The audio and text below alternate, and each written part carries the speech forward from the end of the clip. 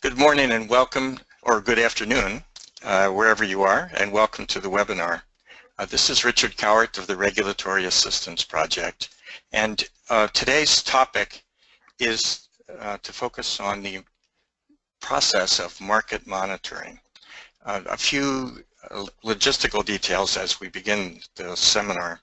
We're recording today's session in case you'd like to share it or revisit it. And due to the number of registrants in this session, we need to keep the phone lines muted during the webinar.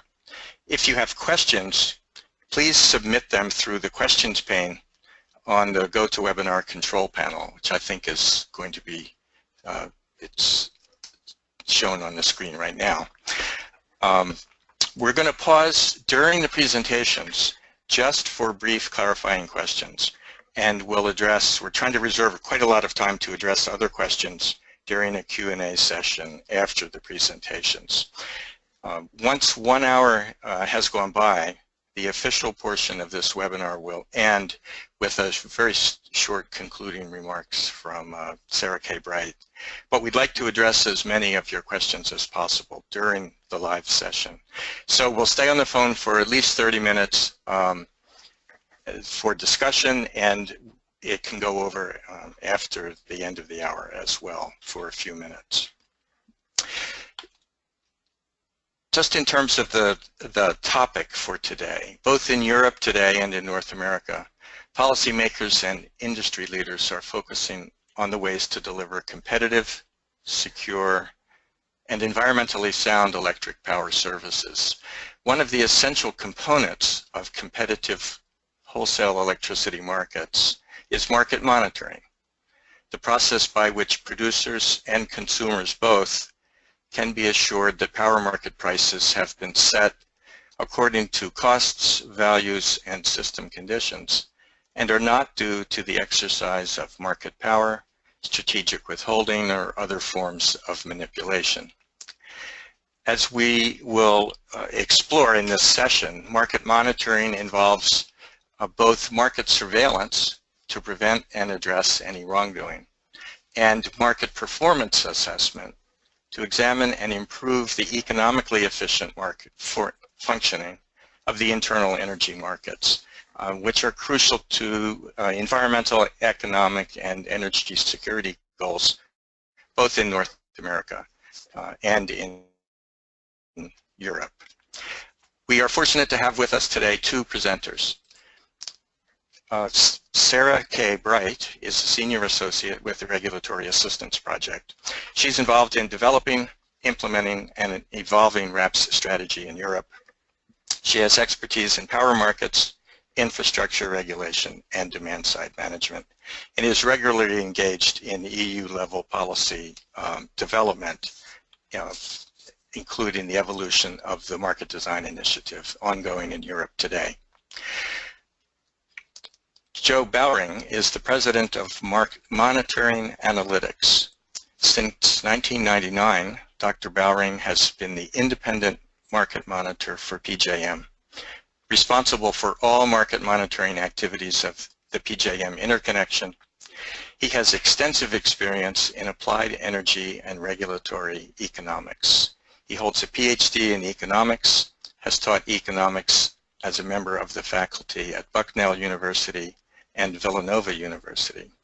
He has served as a senior staff economist for the New Jersey Board of Public Utilities.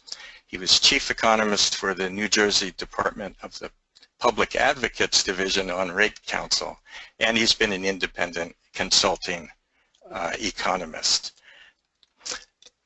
So let's begin. Sara. Many thanks, Richard. I want to begin by mentioning the RAP paper on market monitoring, which will be available shortly. The purpose of this paper is to explain why market monitoring is so important if we are to have well-functioning markets that stakeholders trust, and also to initiate a discussion on whether the existing EU framework is fit for purpose, and if not, how it should be improved. This paper provides background on the EU context, reviews easily available evidence, and looks at best practice abroad. The paper is not, however, a comprehensive academic assessment. It doesn't have all the answers, but it does highlight obvious points and hopefully raises the right questions. Now I'm going to begin with telling you about the existing EU framework for electricity market monitoring, and that is both market surveillance and market performance assessment. It is set out in the several directives and regulations, and these are summarized on the right-hand side of the slide. Starting with the Electricity Directive, this directive gives the European Commission the role of observing and monitoring EU electricity markets and their short, medium and long-term evolution. This directive also confers responsibilities on national regulatory authorities to monitor transparency and ensure compliance with transparency obligations, though this is now superseded or developed further with REMIT. National regulatory authorities are also to monitor the level and effectiveness of market opening and competition at wholesale and retail levels. The ACER Regulation 713/2009 delegates some responsibility to ACER to monitor the internal market in electricity, in particular the retail prices of electricity, access to the network, including access of electricity produced from renewables, and compliance with consumer rights. Regulation 714/2009 requires ACER to monitor and analyze implementation of the network codes and their guidelines, including their effect on market integration, effective competition, and the efficient functioning of the market. And finally, the REMIT regulation, the last one there, adopted in 2011, is the EU sector-specific wholesale market surveillance framework intended to detect and prevent market abuse, manipulation, and trading based on insider information. This is illustrated in the graphic on the slide. Now, REMIT is a collaborative framework with ACER responsible for data collection and analysis. ACER must alert the NRAs, the national regulatory authorities, to anomalies for investigation, as NRAs are responsible for the enforcement. NRAs are, however, required to cooperate with ACER at the regional level. And I should also say that REMIT is an important complement to the European Commission's work relating to antitrust, mergers and acquisitions and implementation of competition rules. Next slide, please. Next slide, please. On the right-hand side of this slide, you can see high-level outcomes that the EU's electricity market should be headed for. And they are acceptable reliability achieved at least cost, lower electricity prices than would otherwise be the case, and a decarbonised and modernised power system. I would say that there is fairly broad agreement among stakeholders on these outcomes. And I would also say that there appears to be broad agreement on the key aspects needed to achieve these if one considers the European Commission's communications relating to market design and the stakeholder responses to the Commission's market design consultation. And these key aspects include sharper prices. This means that prices should reflect scarcity and surplus of energy resources and transmission capacity, and the price caps or controls are removed in wholesale and retail power markets. Another important requirement is competitive markets, and this means that all resources and new entrants can access the markets, that market participants respect the rules of the game, and that market structure and market design are evolved to improve market performance. Last, but by no means least, consumers must be able to safely express their willingness to pay or not pay, that is, to respond to prices. And this means that customers need to have access to demand response services and contracts, and also dynamic retail prices linked to wholesale prices. So this point is clearly dependent on sharper prices and competitive markets. And this is because system-reflected prices would provide demand response providers or aggregators with a business case. But in order for service providers to access this value, barriers to aggregated demand and new entrants must be removed. Next slide, please. Unless stakeholders have confidence in prices, interventions will continue and further distort prices. Interventions are interdependent and can easily become permanent. And this creates a spiral that is hard to escape from and closes the door to realizing the full benefits of competition and well-functioning markets. So starting at the top of the diagram, let's imagine regulators make efforts to give market participants efficient price signals by removing controls on retail prices and price caps in wholesale markets.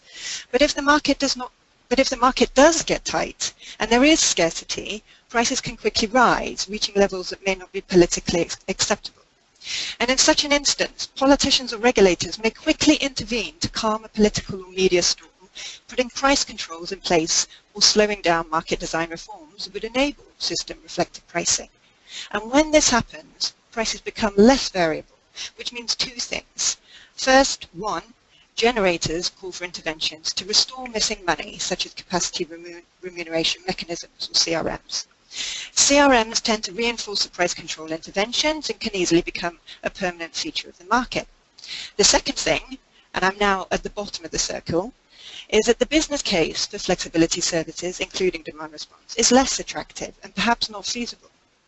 And if demand response providers or aggregators cannot get established in the market, consumers do not get the help they need in order to be responsive to prices.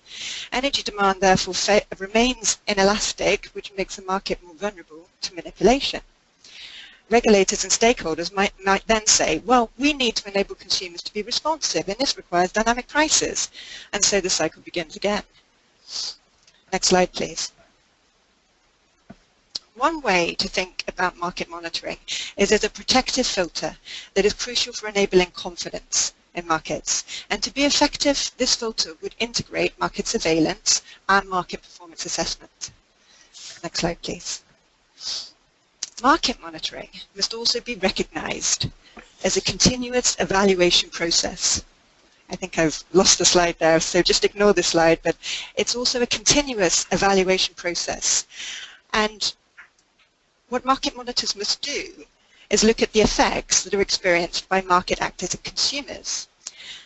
And by analyzing these effects, they must then develop recommendations and explanations based on this data, which is then communicated to decision makers, system operators, market actors, and the public. The decision makers, the system operators, the authorities then act on those recommendations, and this of course produces new effects to be observed by the market monitor. Next slide, please, or the one that was previously shown. There we are. So the policy paper mentioned earlier presents the following areas as needing attention and review, and I will cover these later in the webinar, but they are framework and governance, human and financial resources, effective investigations and enforcement, quality of data and data analysis, and the quality of communications. I want to mention here that the report contains a detailed 7-page annex that compares market monitoring arrangements and the quality of data analysis and reporting in different jurisdictions, including Australia, Canada, and the regional markets of the US. Indeed, the EU context is very unique, but there are certainly some lessons that can be learned, which is why we invited Dr. Joe Bowring of the Market Monitor for PGM in the US to be with us today. Many thanks. Thank you, Sarah.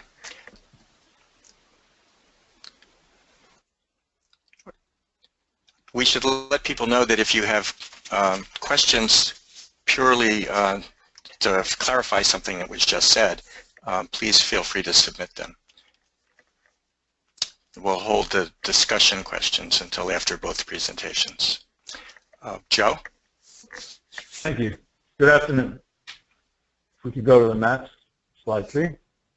I want to talk about today a little bit about just a very brief overview of PGM markets and then an overview of the PGM market monitoring function. So if we go to slide 3, that just shows very quickly for you an idea of the size and extent of the PGM market. It covers 20 control zones, as you can see. It's the largest competitive power market in the world. If you go to the next slide, you can see some basic summary statistics. Installed capacity about 180,000 megawatts, peak load about 140,000 megawatts, again, just to get a feel for the size of the market.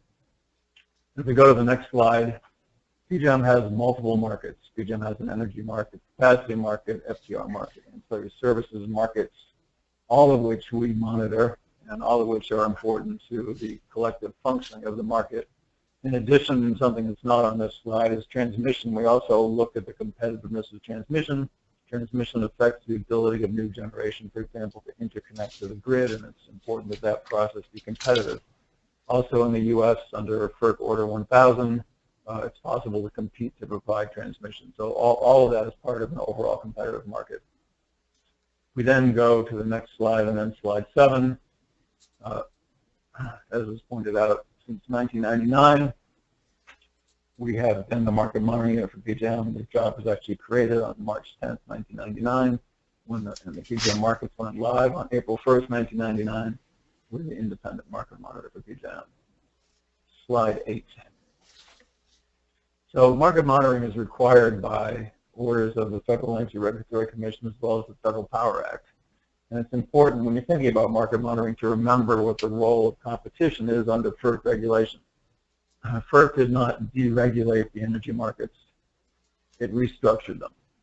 And effectively what FERC is doing is using competition, competitive market forces, to replace its former cost of service regulation. But it's doing that very much as part of a regulatory framework and not allowing what some refer to as, economists refer to as laissez-faire competition. It's not simply no rules apply, do whatever you want. It's very much within a set of rules. These markets cannot work without detailed rules, much like all other markets.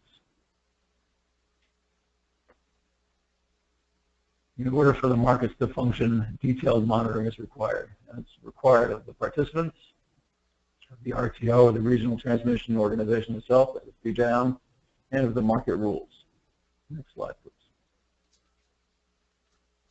So we have three basic functions as market monitors. The first is monitoring, and that's monitoring the individual behavior of market participants, monitoring compliance with the rules, looking at the actual exercise of market power, and looking at the adequacy of the market rules. The second broad function is providing information. So as market monitors, we provide information to the FERC, we provide to the state regulators, the market participants, and to PJM itself. We provide regular reports. We do state-of-the-market reports on an annual and quarterly basis. Next slide. We'll go back one. So the function of market monitoring is primarily analytical. That is, we're looking for compliance with the rules. We're looking for exercise of market power, but we do not have enforcement authority. FERC alone has enforcement authority. For example, we don't have the authority, as some imagine, to modify prices. We don't have the authority to make ad hoc adjustments to activities. We don't have the authority even to require market participants to change behavior. Next slide.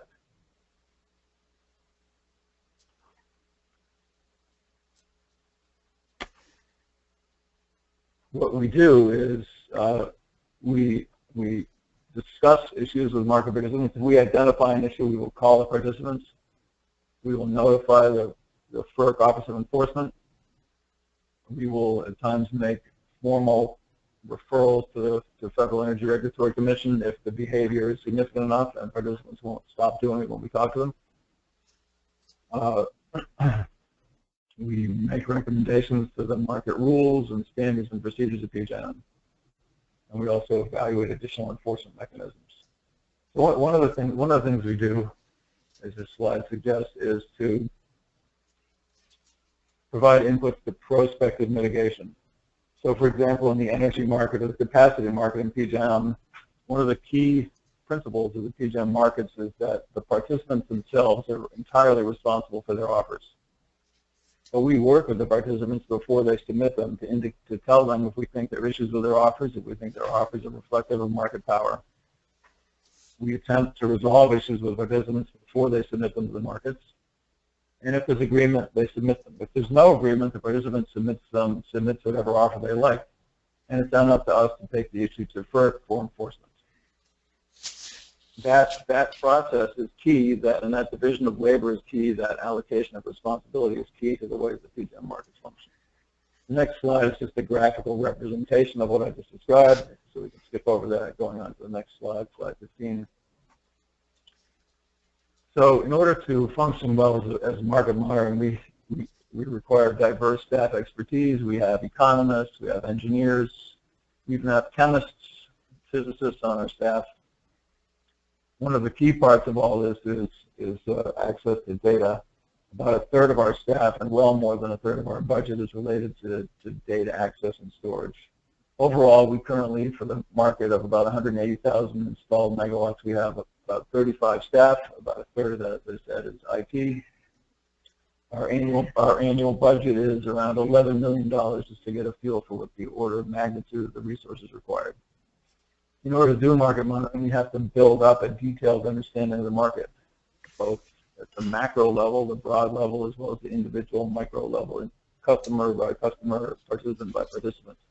You need to understand the physical infrastructure from transmission to the details of generating units, as well as how PJM operates the system.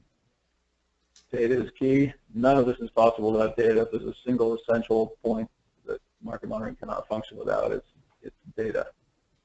And there are subtle and complex ways to exercise market power, and I can come to some of those in detail, but it's key to remember that when market participants set out to exercise market power and they're doing it consciously, they're seldom going to do it in an obvious way. Their goal is to succeed in doing it, not to follow the textbook about how to do it. Next slide. Some of the things we've learned is that interacting with all elements of the market are critical, from market participants to state commissions to the RTO and so on. So it's essential to have open lines of communication in both directions. We need to tell people what we're seeing in the markets, and we need to hear back from participants and all of the regulators about what they think is going on in the market. But an essential point, and I'll talk about this in more detail, is that independence of the market monitoring function has to be very clearly defined. Next slide. Market monitoring unit also monitors, in addition to participants, monitors PJM, monitors the RTO itself. So the RTOs can potentially have a bigger impact on markets than any individual market participants. And as examples of decisions that they make that can affect market outcomes are operating reserves or uplift.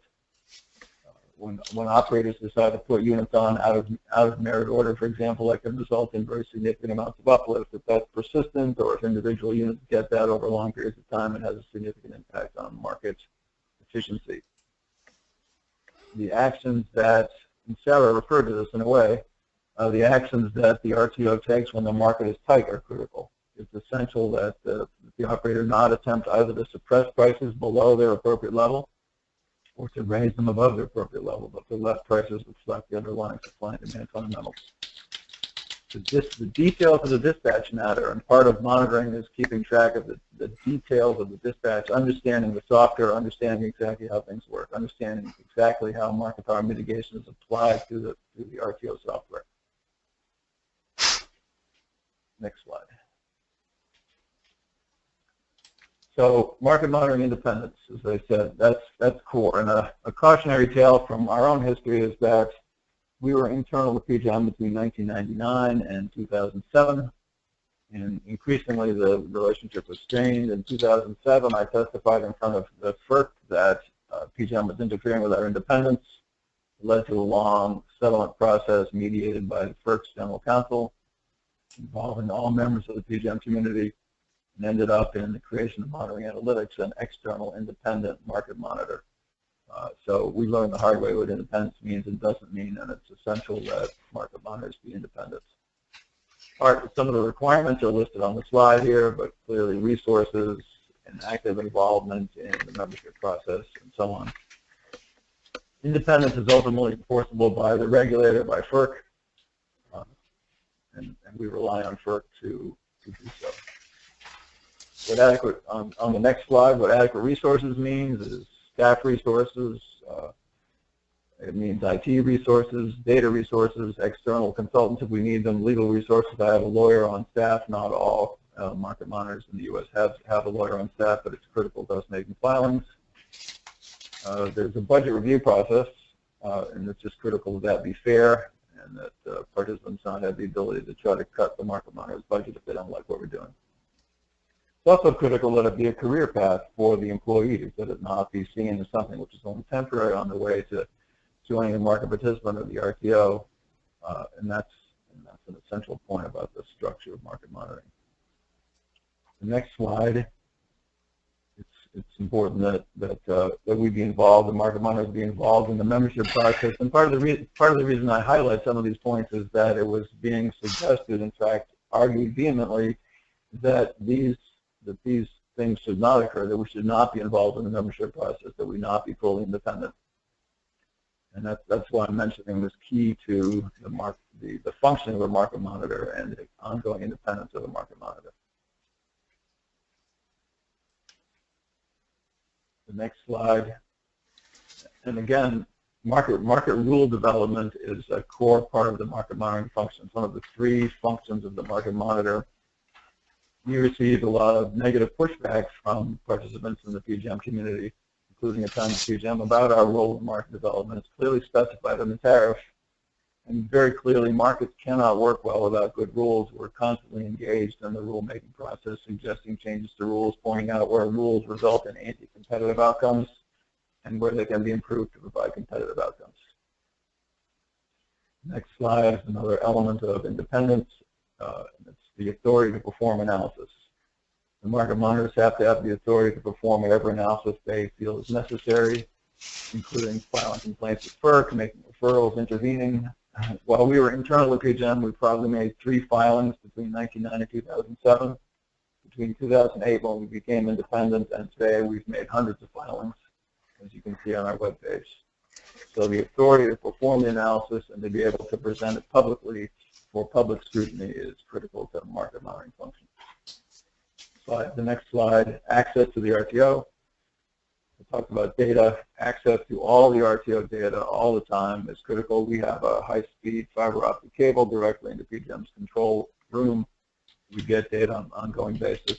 Cannot monitor the markets without data, without access to the personnel, without access to dispatchers, without access to the folks who are making decisions at the RTO, and including access to the models and software that drive the market outcomes.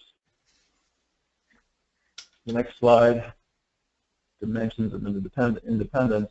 So when you think about independence, you need to think about independence from the market participants. That is, no participant should be able to tell us what to do or influence our process. Same thing is true for the ISO RTO management. Same thing is true for the ISO RTO board of directors. Market monitors' goal is to be objective, independent, and independent of bias in any direction.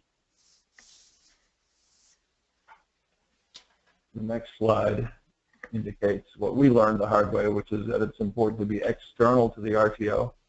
It's important to be an institution that is parallel to the RTO but separate from it, so that it's not a question of being employees of the RTO and being expected to act like employees to respond to PGM management or the RTO management. So these again are critical. The market monitor, of course, has to be subject to performance review. We are subject to performance review. The board talks to us about their views. The FERC talks to us. Market participants talk to us on a regular basis. If they agree with us or don't agree with us, we hear from them on a regular basis. So I would conclude this brief overview by saying that it's my experience that, at least in the PGM context, that wholesale power markets can and do work. They're not perfect. They're evolving, but they absolutely can and do work to provide the intended outcome, which is wholesale power at the lowest possible cost. And market monitoring can and does work in PGM. Again, it's a work in progress, but it absolutely can and does work, and we think we play an important role in ensuring that market outcomes continue to be competitive. Thank you. Thanks, Joe. And now I think we're back to Sara. Thank you, Richard.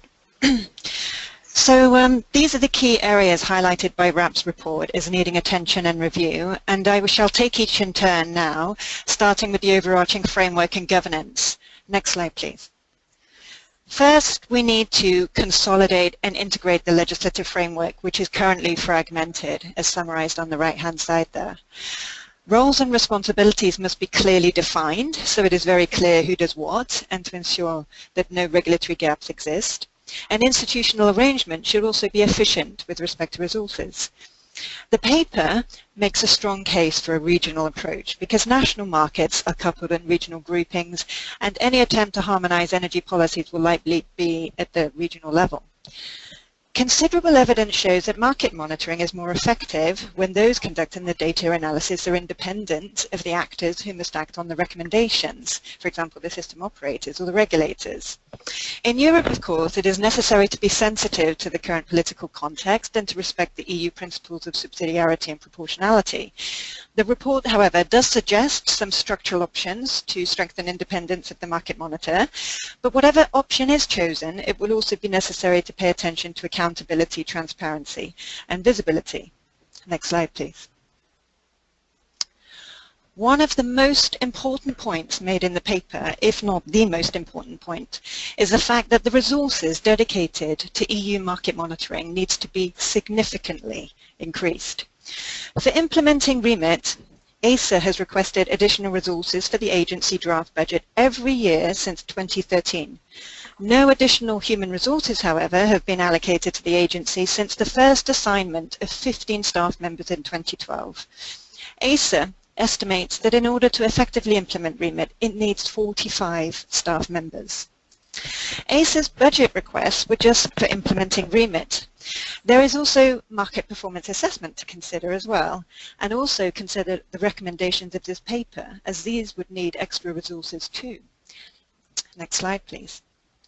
The director of ACER, Alberto Potocznik, has repeatedly made the point that ACER is short on resources for market monitoring.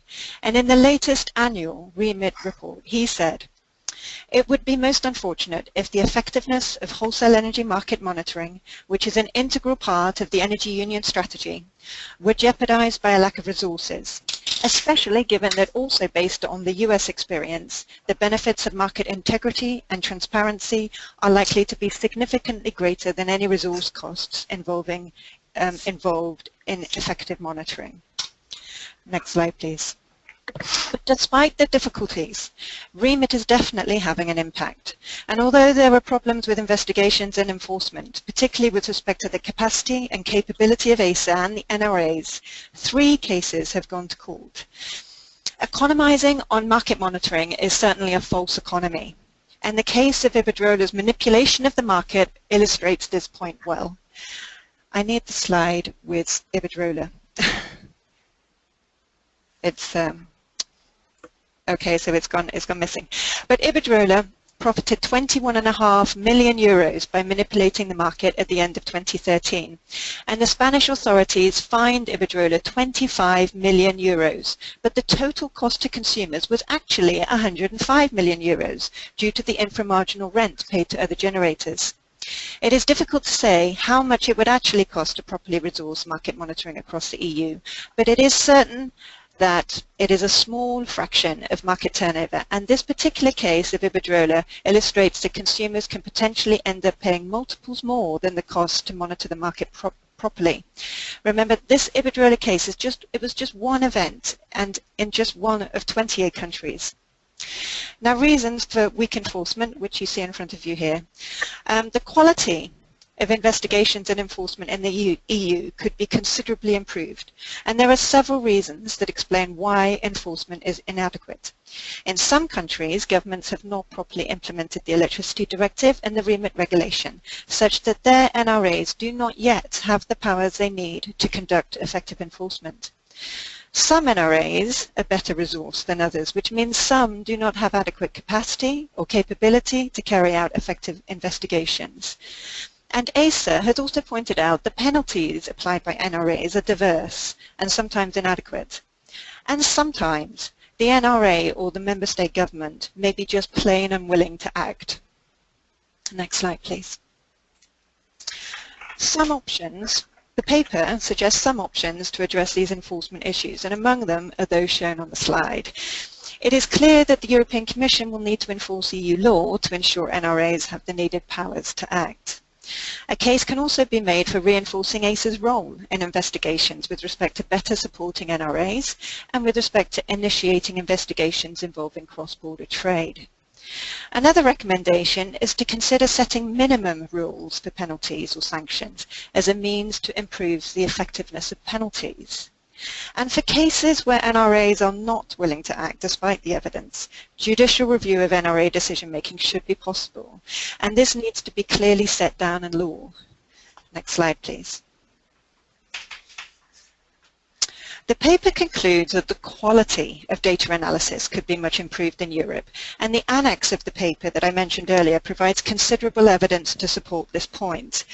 The quality of data and data analysis depends on a number of factors, such as the scope, that is, what is actually covered, data collection and access.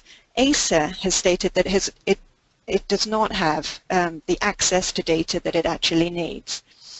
Metrics. We need to ask whether the right metrics or right combination of metrics are being used and whether the market monitor can easily introduce new metrics as and when they need. Ex ante, ex post. We also need to ask whether the monitoring is sufficiently proactive. Is the right combination of ex ante and ex post analytics and mitigation techniques being used? Analysis capability. Does the market monitor have the skills, modeling capability and tools that it needs to do a good job? And finally, market surveillance and market performance interaction. These two aspects of market monitoring need to be brought together. Integrated analysis is needed, particularly as market design and market structure can influence market participant behavior. Next slide, please. It is very important for market monitors to pay close attention to factors that affect price formation. Anything that pushes the clearing price up or down can have a major impact on consumer bills. Such factors that potentially make markets vulnerable to manipulation include demand response and storage, congestion and network operation and use, and dominance of incumbents and participation of new entrants. Demand response has the potential to push the clearing price down. In the report, you will see that best practice market monitors, like the PJM market monitor, closely analyze the participation of the demand side in markets, including the contribution to price formation. In Europe, however, we don't do this yet. Next slide, please. Quality communications are an essential aspect of the market monitor's role. Better quality analysis and recommendations are wasted if they are not effectively communicated in a timely manner to the right audience. The quality of communications depends on content, that is the depth and credibility of analysis, which is important here. Timeliness, the frequency and timing of the communications matters to those in positions of responsibility who need to act. Accessibility. Stakeholders must be able to properly understand the information, and indeed there are different types of stakeholder with different levels of understanding when it comes to power markets. Best practice involves responsive oral communications with different stakeholders, including the media, and all market monitors tend to produce reports, and the annex of the paper gives examples of reporting in different jurisdictions and shows that the quality of reports in terms of their depth and frequency in Europe is far behind best practice. In Europe we have ASA that produces an annual report on market surveillance, the REMIT report. It also produces, in collaboration with SEER, an annual market monitoring report which covers some market performance assessment. And DG ENER in the European Commission produces short quarterly electricity market data reports, but there's no analysis in these reports. By contrast, just one example, the Australian regulator produces weekly market performance reports and a report every time the price exceeds $5,000 per megawatt hour. Other monitors, such as the PJM monitor, produce detailed quarterly reports with lots of analysis and recommendations as well, every quarter, and then a final annual report. I will leave it there. Thank you. Thank you, Sarah. So now we have some time for questions and answers and discussion. We have a few questions that have been submitted through the question pane on the GoToMeeting website. Please feel free as we go along here to submit additional questions. Let me start with you, Joe, with this question that always comes up about market monitoring. How can you distinguish between what is simply a smart business decision by a competitive supplier and improper market behavior? Yeah, great question. It is the core question, and it's although some believe it not to be possible, it is very much possible, and we make those judgments every day. So for example, the test to an economist of whether an offer in an energy market is competitive is its relationship to short-run marginal costs. And in the PJM market, prices are formed almost exclusively, with a few exceptions, by units offering at their own discretion at their actual short-run marginal cost. That is basically the cost of fuel, the cost of emissions allowances, and a very small amount of ongoing operation expense. When when prices rise, and they need to sometimes when there's scarcity, PJM and other U.S. markets actually have an administrative function to make sure that prices rise to an appropriate level, a level consistent with scarcity, a level consistent with providing net revenues to units that need it in order to survive and receive investment incentives for the long term. So it's not hard to do it. The hard part is designing a market that, while it's competitive on the energy side, also produces adequate revenues to incent entry and to incent keeping economic units in the system.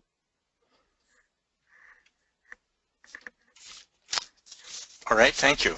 Well, let's talk a little bit about the data that you have access to in order to, answer the question that I just asked. Sure. In order for the market monitor to understand whether behavior is competitively driven or driven by market power, let's say, you have to have access to a lot of data that producers would regard as confidential, and which you actually don't want other producers to have immediate access to, because that could lead to gaming behavior by them. So how is it that these data need to be available to the market monitor, but you wouldn't want all those data to be available to all the competitive players? Yeah, key point. We often have disagreements with both PJM and market participants about the level of confidential data they should have access to. But yes, we have access to every last bit of information by tariff that PJM has. PJM also obviously has to have access to highly confidential information. And we distinguish also between confidential and market sensitive information that could lead people to collude or to change market outcomes. We have something north of 100 terabytes of data currently in our systems. Just to give an idea of the magnitude, we're getting terabytes of data every day. Maintaining confidentiality is key. Maintaining security is key. We're subject to the same security requirements for data, cybersecurity requirements that PJM is. PJM can audit us for cybersecurity, and they do. We hire our own external auditors for cybersecurity. So access to data, super detailed data, and maintaining its confidentiality are both key. Market participants, as you say, cannot have access to that data. It would facilitate collusion. We have not had any issues with data confidentiality. We have successfully maintained data confidentiality. In fact, successfully defended that concept against those who would like to see some kinds of what we regard as market-sensitive data distributed.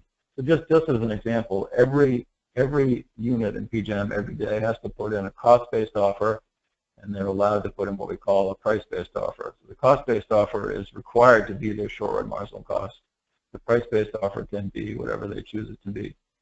We have a system to collect a basis for the cost-based data, so we know every unit's heat rate, we know their heat rate input curve, we know where they're getting their fuel, we know their BOM costs, we know their emissions costs, so we can validate what their cost-based offers are, and then we can see whether, to the extent to which they are marking up their offer and affecting price by marking up their offer over their short-run marginal cost.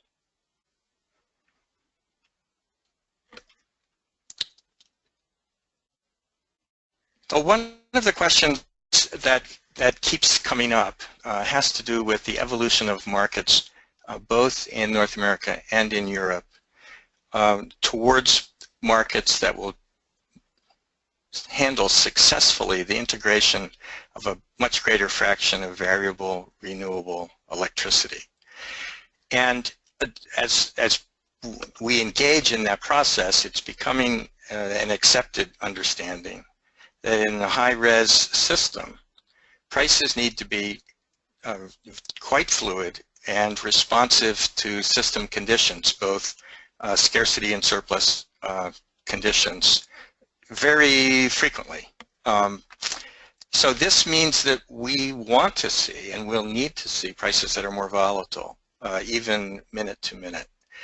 And I guess I'll ask both of you to comment on this challenge and the role of market monitoring in helping us to deal with that challenge. So Sarah, I'll go first if that's okay. So yeah, so we definitely see volatile prices. We see There are thousands of individual nodes in PJM, so there's locational marginal pricing in PJM, and every node has its own price. And they vary from minute to minute depending on actual system conditions, depending on what's happening to load, depending on what's happening to the transmission system, whether lines are constrained, depending on the cost of the marginal generator, depending on a number of factors. So you're absolutely correct that ensuring that markets work and work effectively with a high penetration of renewable resources, but even without, it's critical that energy prices reflect the actual marginal cost of producing energy at every location on the system. It's important to not suppress the volatility on an aggregate level, but also not to suppress the volatility and the congestion in local areas, which reflects the actual local system conditions. Sarah, do you have a comment on that in the European context?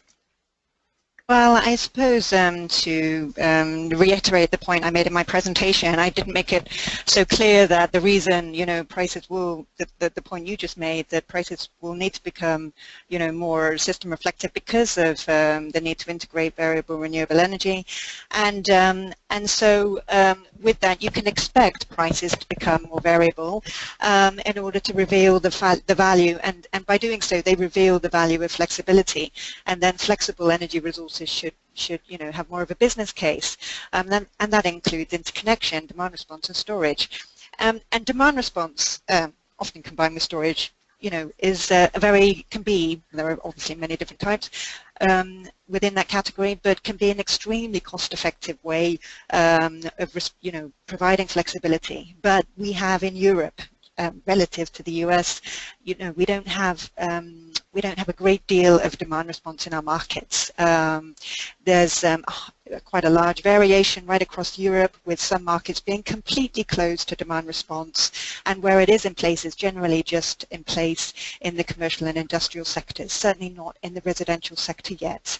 So there's huge potential and huge, huge cost-effective resource here waiting to be tapped. But as I mentioned in my presentation, there are various barriers. There's the big problem of having confidence that those prices are actually reflecting, the well-functioning market, and that they're, reflecting the system and not as a result of market manipulation or whatever else. So we have to crack that spiral that I talked about.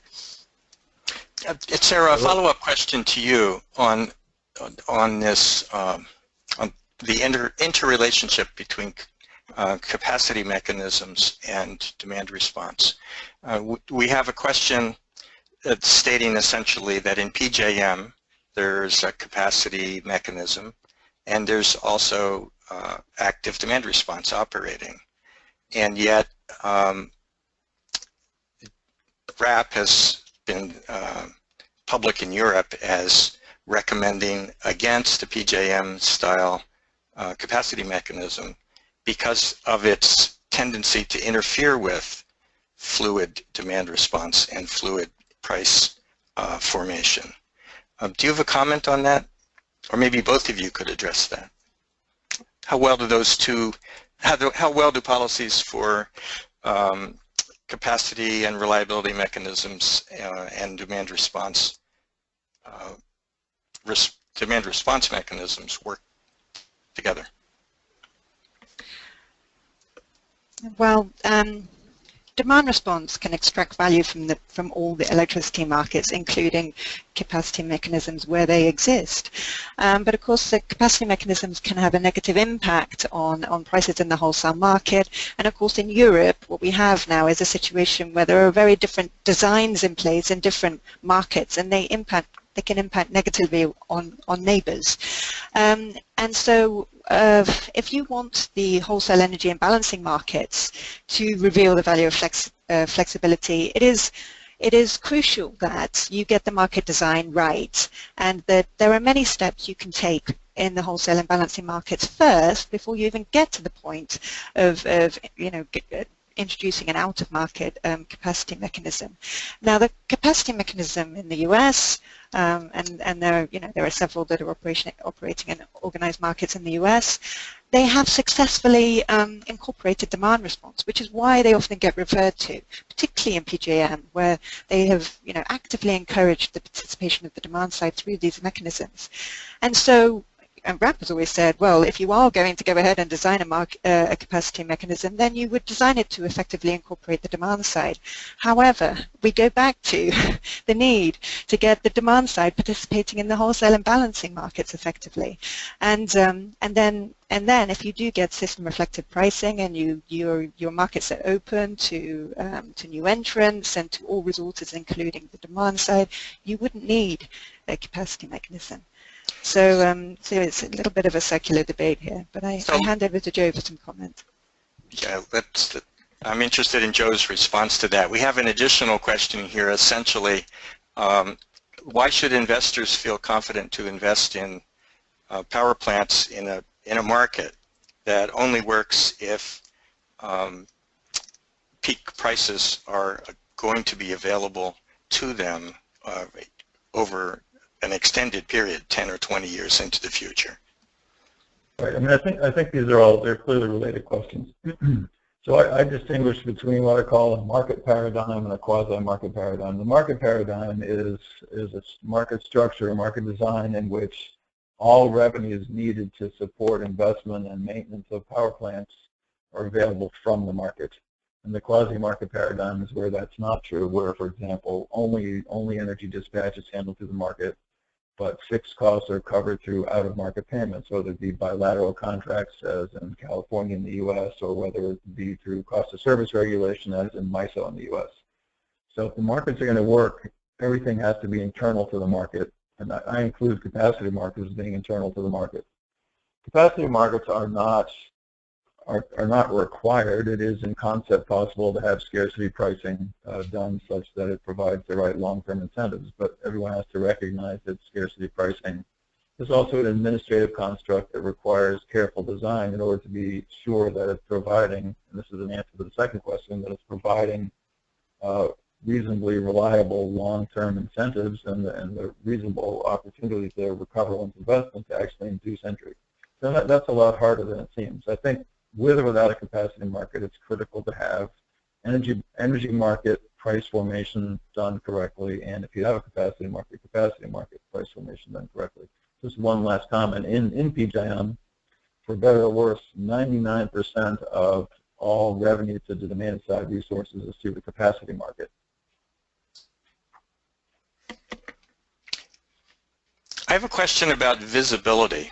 There was a number of times the word visibility is used in these conversations, and I think it can be used in different ways. In what ways is the concept of visibility important to what market monitors do? Well, in my view, this is Joe, it's important that prices be visible. And one of the things we didn't talk about is the relationship between wholesale and retail. I don't think any of this can work really well without a connection to retail. In the PJM case, PJM has we have no authority over retail. The state public utility commissions do in the U.S., but it's important that those prices get down to the retail level so people can actually respond to them. So transparency of prices. People should be able to see notable 5-minute prices. People should understand what the capacity prices are. And Sara made a comment like this earlier on. In order for demand side to work, customers have to have the ability to see the price on a real-time basis, to actually react to it in a meaningful way, and to benefit or pay the price for reacting to it. Demand side can't work without that, and that's true in both energy markets and capacity markets. So in a way, to me, that's the most critical part of visibility, is that the ultimate end-use customers can see what prices are, can see what the actual cost of wholesale power is on a very granular basis. PJM actually provides that data online now. Is it important, Joe, that your work be visible to decision makers, that would be visible to the energy regulators in the states and to FERC and to the board of directors of the ISO? How visible do you have to be? Yeah, absolutely. Our work has no effect if it's not visible to all those participants. So it's part of our role to be very visible. We are constantly testifying in front of FERC. We talk to FERC on a regular basis. We provide FERC reports. We meet regularly with the state regulators. We provide them reports. We talk to them on a regular basis. The same thing for market participants. Market participants have to know we're there, and there's a little bit of an effect that if they know we're watching, they're less likely to do something bad. We get calls from people asking about particular behaviors before they do them, or telling us about issues at power plants that are going to affect their behavior, so we don't call them first. So it's critical that the market monitoring function, as you point out, it has to be highly visible.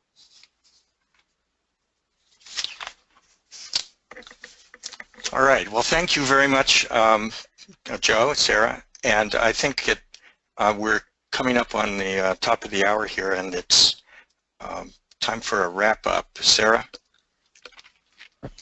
Okay, well, to quickly wrap up, to mention 3 points then, 3 things people can take away to remember that summarize my presentation. That important point that I stressed in relation to resources, there needs to be a step change there. It is just impossible to effectively monitor markets if you don't have adequate resources, and it needs to be multiplied. Number 2, to improve the quality of the market monitoring, and that related to the actual quality of the data analysis, the investigations, the enforcement, and the communications.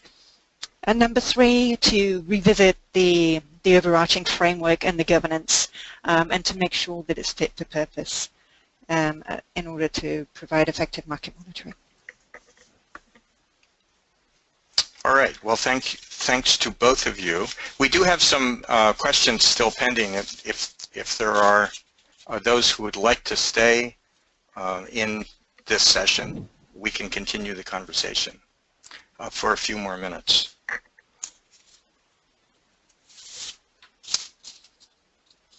Joe, can you give us an example of an instance of market design where it was important for the market monitor, and in this case not following up on behavior by individual market participants, but important for the market monitor to intervene with the decision makers about the structure or rules of the market in order to ensure that they could operate more competitively and effectively? Sure. So let me take one example, which is actually in the capacity market. In the PJM capacity market, up until a year or 2 ago, the incentives to perform were extraordinarily weak. That is, you could be on outage during the hottest and coldest day of the year and suffer very little consequence. You basically would get 100% of your capacity market revenue regardless of that.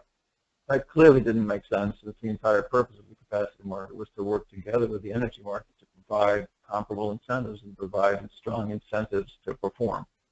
If that doesn't work, the market's not working. So we proposed, for over a period of 5 years, we proposed that the incentives to perform be strengthened. And ultimately, PJM filed with our support, and the Commission first adopted what's called capacity performance design, which has very strong incentives, which has the right market incentives, which basically says to market participants, if you don't perform during the key hours when you're needed, you don't get paid. And in fact, you can actually lose more money than you were paid at times. So that's one key area where the incentives were not consistent with competitive behavior, they were not consistent with competitive outcomes, and ultimately our recommendations were accepted by both PJM and the Commission. We have a follow-on question here about demand response in PJM and other U.S. markets. Do you have an opinion, Joe, on whether the demand response participation in PJM is affecting price formation and making the market more competitive, or is this just simply something that we've added to the market and is providing a revenue stream to demand response aggregators? Right. So demand response is an almost $1 billion a year market in PJM. We have been recommending in the same reports that I just discussed about the capacity market, recommending that demand response be treated very differently, because for between 2007 and 2010, 2015, demand response had a very significant and very negative impact on competitive outcomes because the product was defined in an inferior way as to only have to perform during very limited hours, but it was displacing real generating resources that suppressed the price by a very substantial amount, to the tune of in a $30 billion a year market by between $5 and $10 billion a year. So it had a very negative impact, but it was because of bad design and bad definition. Our view of demand side, nonetheless, is that no market can work without an active demand side. Demand side is absolutely critical to empowering customers and to letting customers have a competitive impact on the market.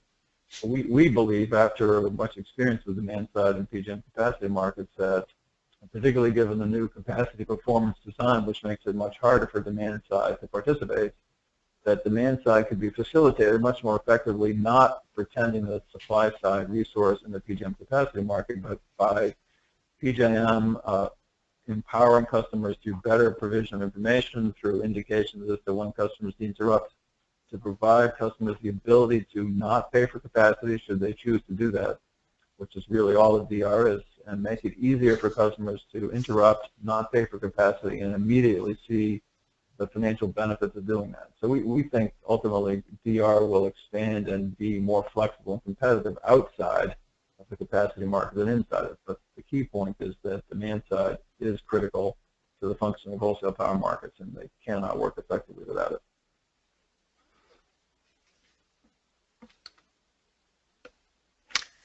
Do you have a sense of what's the appropriate share of level of effort in the market monitoring function between the surveillance function and the other functions of the market monitor?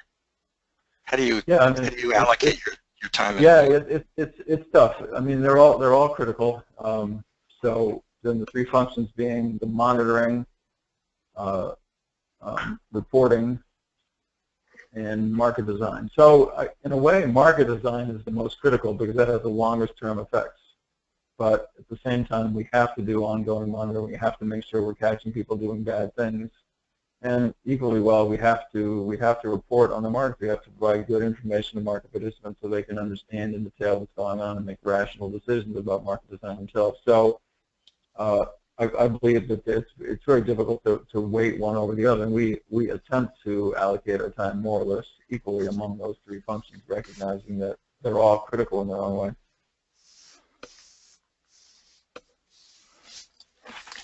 And I have, I think, a final question for Sara. You have laid out here a sketch of a number of reforms that are needed in Europe to improve market monitoring. And yet we have, on the one hand, the strong European desire to create an internal energy market that would transcend national boundaries, and a set of national regulatory authorities whose authority is limited to national boundaries. So can you say something about the tension between the subsidiarity principle on the one hand and the internal energy market evolution on the other hand? Sure. Well, there is considerable tension, of course, because it's recognized that with the internal energy market, if we would realize it, the consumer benefits would be huge. There have been academic studies on this and modeling to show the benefits of this, to show the benefits of interconnection and participation of the demand side, etc. I mean, the cost savings could be huge. And also from an efficiency point of view, just from market monitoring, pooling the resources, having the capability within one place. At the moment, it is quite fragmented, with some monitoring happening at the NRA level, and then in ACER, and then in the Commission and Eurostat, and so it needs to be more efficiently set up. And of course, within the NRAs, there's a desire well, if you look at the starting point many decades ago, energy generation was very much, all on the territory of the member state. There wasn't much interconnection, and now we have over the last recent years, huge steps have been made. I mean, we're now on our third package of internal energy market legislation, and we have coming up this year, further reforms. And if you look at the benefits that have also already been realised, they're considerable. The consumers are really benefiting. So still, the member states, politicians within their country are keen to ensure that the power companies, succeed, and in many countries they were nationalized, state-owned, and with liberalization, many of them are still not quite there yet. So it's an evolving process, but little by little, as we see the benefits being realized, it is easier, it is more politically acceptable to continue. And that's another important role of market monitoring, of course, because by measuring the benefits and analyzing what is going on in more detail, it's much easier to justify, further action in that direction. Yes, I'll leave it there.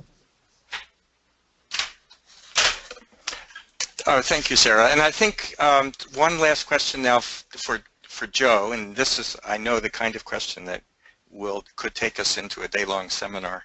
But we've been asked to sort of hear from you, and the distinction between what you would think is a price that is not competitive and the value of lost load.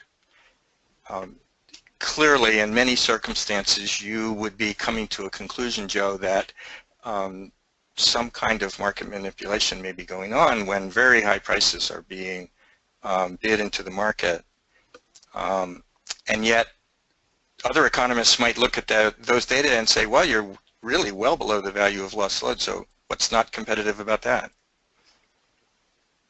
Right. So the value of lost load is one of these interesting, somewhat ephemeral concepts, and economists have estimated it anywhere from $5,000 to $200,000 or $300,000 a megawatt hour, depending. So it's very difficult to actually pin it down, define it properly. Or even if you could, that's not the test for whether a market is competitive. The market does not charge every individual their extreme price at which they would be willing to not take it anymore. It's a balance of supply and demand, and in fact, competitive offers in the wholesale power market, as I indicated, have to be based on the short-run marginal cost of the units. But it's also essential that if the market is truly tight and you're running out of reserves and there is scarcity, that prices reflect that. High prices, as I indicated earlier, are in the U.S. typically set by something called an operating reserve demand curve, which is just a fancy way of saying that you administratively determine ahead of time how high prices will get when certain reserve targets are hit. So if you're running out of synchronized reserve, for example, then the prices in PJM can get into the $3,000 and $4,000 range per megawatt hour, and that's entirely appropriate. If you are in an energy market which is relying entirely on scarcity pricing, it's important to both define scarcity and the level of prices such that you expect to get enough revenues to incent entry and to incent continued maintenance of units. So it's a lot trickier to do on the scarcity pricing side than it is with a capacity market, but it's very much doable. So as a market monitor, we are not opposed to high prices. We favor high prices when they're consistent with the underlying fundamentals, but we oppose high prices when they're based on the exercise of market power. We have some clear rules in PJM which automatically address forms of local market power. We're still working on better ways to address what we call aggregate market power. But just to come back to the beginning, the value of lost load has no particular magical properties which define what prices should be, and certainly they don't define competitive prices. If you think you have a pretty good idea on what the value of lost load is, your scarcity pricing regime should not exceed that level. I mean, that's a fair point. But again, there's a lot of disagreement about what the value of lost load really is. No kidding. All right. Well, thank you very much. Joe and Sarah, we appreciate it greatly. Our thanks to everybody on the webinar for joining us. Please keep an eye on your email. We'll be sending the slides from today's presentations out to all of you. And Sarah referred to the wrap paper on market monitoring.